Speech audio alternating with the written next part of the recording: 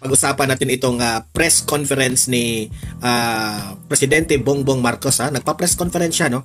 At nakasentro po ang topic patungkol po dito sa flood control.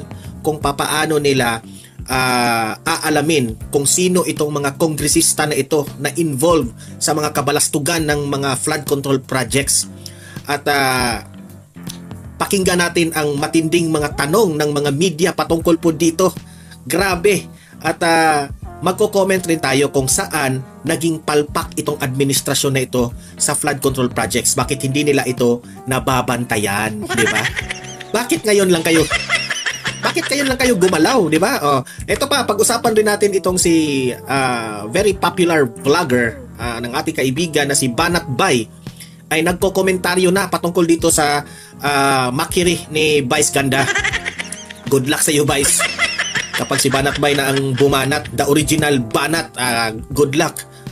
Pakinggan natin ang buong video na yan, no? Pinanata ni Banat Bay itong si Vice Ganda. At heto, si Atty. Topacio, binuking na naman itong si Senator Risa Hontiveros.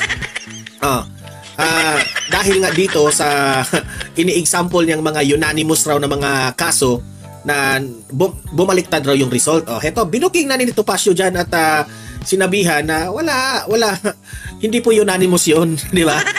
Good luck sa iyo, Risa. At nagko-comment rin si Topacio kanina, Bam, at itong si Kiko Pangilinan kung gaano po sila kapalpak dito sa impeachment trial na in-archive ng Senado. Okay? I-explain at ipaliwanag yan ni Atty. Topacio. Yan ang ating topic ngayong araw na to. Mainit. Okay? So, ayan na nga, no? Pero bago, help me po muna na i-like at saka i-share itong video na ito para kakalat ito sa taong bayan. Okay? Mahalaga like and share. Okay, ready? Sabay-sabay mo tayong mag-like and share. 1, 2, 3, go! Ayan, naka-like and share na ba? And sa mga bago pa lang dito sa aking channel sa Donmar TV, mag-subscribe na po kayo kung first time nyo itong napanood, no? Para lagi kayong updated sa ating mga balita. Unahin muna natin itong kay Sas Rugando Sasot. Ito, ipapakita ko sa inyo, pati itong si Sas, itong very smart and bright na vlogger ay napakomment at napareact dito sa ginagawang pambabastos ni Vice Ganda kay President Duterte, no? Sabi dito ni Sas Rugando Sasot, Vice Ganda, isa ka pala sa nagpayaman sa China. Nagpa-raffle ka naman ng trip to China. Nasabi kasi ito ni Sas Rugando Sasot kasi yung pambabastos niya kay Duterte, dinamay niya kasi yung usapin sa China.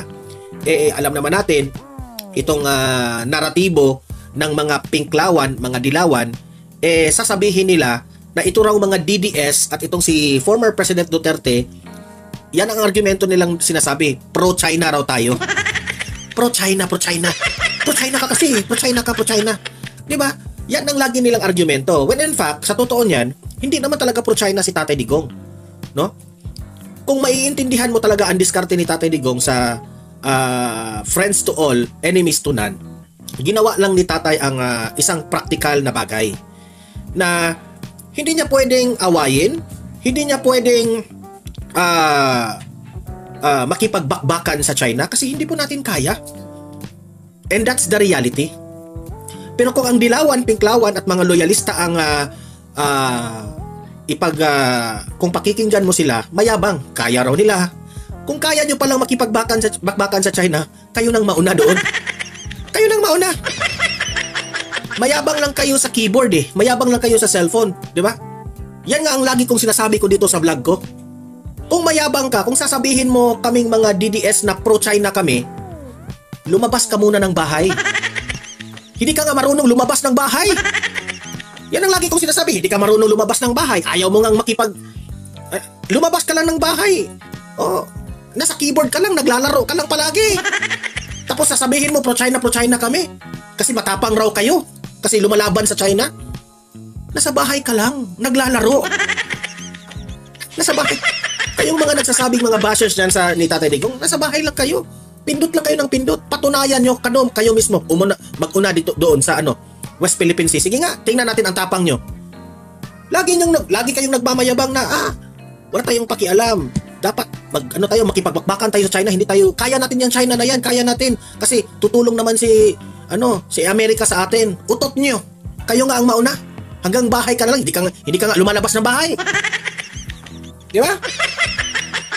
Tapos, laro ka na ng laro sa bahay nyo, tapos makita mo lang yung comment, pro China, pro China, pro China, pro China. Utot mo. Lumabas ka ng bahay.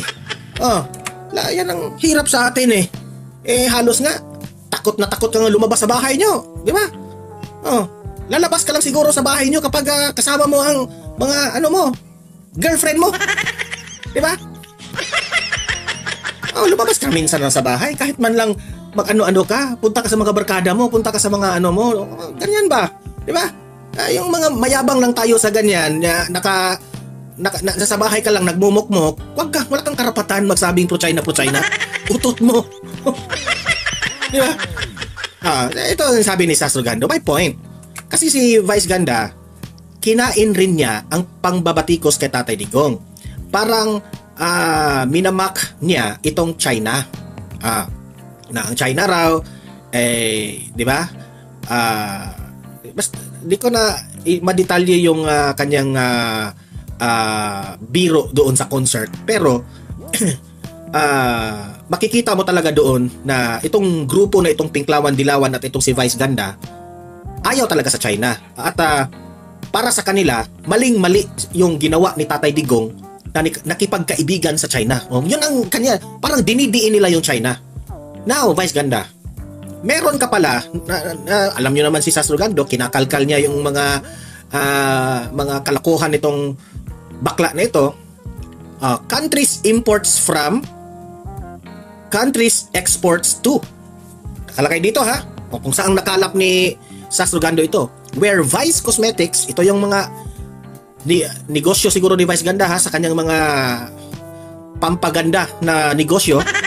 Na siya naman hindi maganda. Sorry pasensya na. Ito ako pangit man ako. Ito aabinin ko pangit man ako. Pero si Vice Ganda pangit rin yan eh.